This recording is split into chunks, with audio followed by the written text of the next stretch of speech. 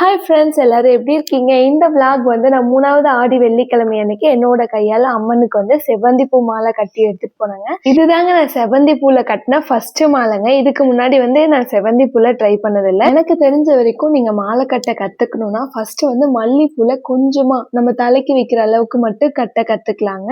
அதுக்கப்புறம் நம்ம மற்ற ஃப்ளவர்ஸ்லாம் ட்ரை பண்ணி பார்க்கலாம். நம்ம ஃபர்ஸ்ட் மாலை கட்டணும்னா நம்மளோட லெஃப்ட் சைடில் இருக்கிற த்ரெட்டோ இல்லை வாழைநாரோ வந்து திக்காக இருக்கணும். நம்மளோட ரைட் சைடில் இருக்கிற நூல் வந்து ரொம்ப லீனாக இருந்தால் கூட ஓகே தாங்க. ஆனால் கொஞ்சம் ஸ்ட்ராங்காக இருக்கிற மாதிரி பார்த்து எடுத்துக்கணும். என்னை பொறுத்த வரைக்கும் இதுவரையும் வாழைநாரில் நான் மாலை கட்டினதே இல்லைங்க. நம்ம நார்மலாக பூ கட்டுவோம் பார்த்தீங்களா, அந்த நூலவே ஒரு 3ஆவோ 4ஆவோ மடக்கி நம்மளுக்கு மாலை வந்து எந்த லென்த்துக்கு தேவையோ அந்த லென்த்தை வந்து விட்டு லாஸ்ட் எட்ஜில் வந்து நாட் போட்டுடணுங்க. அதை வந்து நம்மளோட லெஃப்ட் ஹேண்ட் சைடு கையில் வந்து நல்லா டைட்டாக ஹோல்ட் பண்ணி வச்சுட்டு ரைட் ஹேண்ட் சைடு வந்து அந்த நூல் கண்டோட இருக்கிற ஜாயினிங்கை வந்து நாட் போட்டு ஃபர்ஸ்ட்டு வந்து நம்ம நார்மலாக பூ கட்டுவோம் பார்த்தீங்களா, அந்த மாதிரி ஒரு ஜோடி பூவை வச்சு நல்லா டைட்டாக கட்டி எடுத்துக்கலாங்க. இதுக்கப்புறம் அந்த திக்கான த்ரெட் இருக்குது பார்த்தீங்களா, நம்மளோட லெஃப்ட் ஹேண்ட் சைடு வச்சுருப்போம் பார்த்தீங்களா, அந்த த்ரெட்டை வந்து ஆள்காட்டி விரலும் கட்டை விரலும், அதாவது identity finger and them finger, 2 ஃபிங்கருக்கும் நடுவில் வச்சு நல்லா டைட்டாக பிடிச்சிக்கணுங்க. இப்போ நம்மளோட கட்டை விரல் அதாவது தம் ஃபிங்கரை மட்டும் இப்படி மேலே ஓப்பன் பண்ணிட்டு அதுக்கு சென்டரில் வந்து ஒரு பூவை வச்சு நல்லா ஹோல்ட் பண்ணிட்டு அதுக்கப்புறம் இந்த த்ரெட்டை எடுத்து அப் அண்ட் டவுன் நம்மளோட ஃபிங்கர்ஸ்க்கு அப் மேலே போயிட்டு அப்படியே நம்ம ஃபிங்கர்ஸ்க்கு கீழே வந்தால் அவ்வளோதாங்க.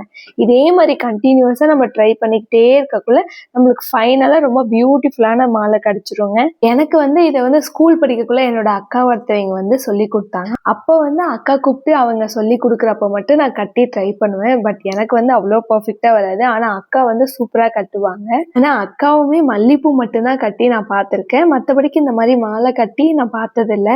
நானுமே ஒரு 5 வருஷத்துக்கு முன்னாடி வரையும் மல்லிப்பூ முல்லைப்பூன்னு சொல்லிட்டு தலைக்கு வைக்கிற மாதிரி மட்டும் கொஞ்சமாக தான் கட்டிட்டு இருந்தேன். என்னோட பெரிய தம்பி வந்து வயிற்றுல இருக்கக்குள்ள 7 மந்த்துன்னு நினைக்கிறேன். அப்போ வந்து என்னோட ஹஸ்பண்ட் அப்புறம் வீட்டில் இருக்க அத்தை மாமா எல்லாருமே திருச்செந்தூர் போகலாம் அப்படின்னு கிளம்புனாங்க. எனக்கு வந்து முருகனாவே ரொம்ப பிடிக்குங்க. முருகர் கோயிலுக்குனாவே ஃபர்ஸ்ட் கிளம்புற ஆள் நானாக தான் இருக்கும். பட் அப்போ வந்து என்னால் லாங் ட்ராவல் பண்ண முடியாது அப்படின்னு சொல்லிட்டு நான் என்னோட ஹஸ்பண்ட் கிட்ட சொல்லி, நீங்கள் செவ்வரளி பூ வாங்கிட்டு வாங்க, நான் மாலை கட்டி தரேன், நீங்கள் அதை சாமிக்கு போடுங்க, அது ஒரு திருப்தியாக இருக்கும், எனக்கு அங்கே வந்த ஃபீல் வந்து இங்கேயே கிடைக்கும் அப்படின்னு சொன்னாங்க. சொன்ன உடனே அவர் வந்து உன்னால் முடியுமா, ரொம்ப நேரம் ஆகும் அப்படின்னு கேட்டார். இல்லை, நான் கொஞ்சம் கொஞ்சமாக டைம் ஸ்பெண்ட் பண்ணி கட்டிக்கிறேன் அப்படின்னு சொல்லிட்டாங்க. அப்புறம் அவரும் வந்து பூ வாங்கிட்டு வந்து கொடுத்துட்டாரு. இந்த ஃபர்ஸ்ட் மாலை தாங்க நான் இதுவரையும் கட்டினதுலேயே ரொம்ப பெரிய மாலை. அதோட ஃபோட்டோ கூட நான் ஆட் பண்ணுறேன் பாருங்க. எனக்கே அவ்வளோ சூப்பராக வரும் தெரியாது. என்னால் கண்டினியூஸாக உட்காந்து கட்ட முடியல. அது ஃபுல்லாக கட்டி முடிக்க 5 to 6 hours ஆச்சுங்க. இப்போ இந்த செவ்வந்தி பூ மாலையை வந்து 1 hourலேயே நான் கட்டி முடிச்சிட்டேங்க.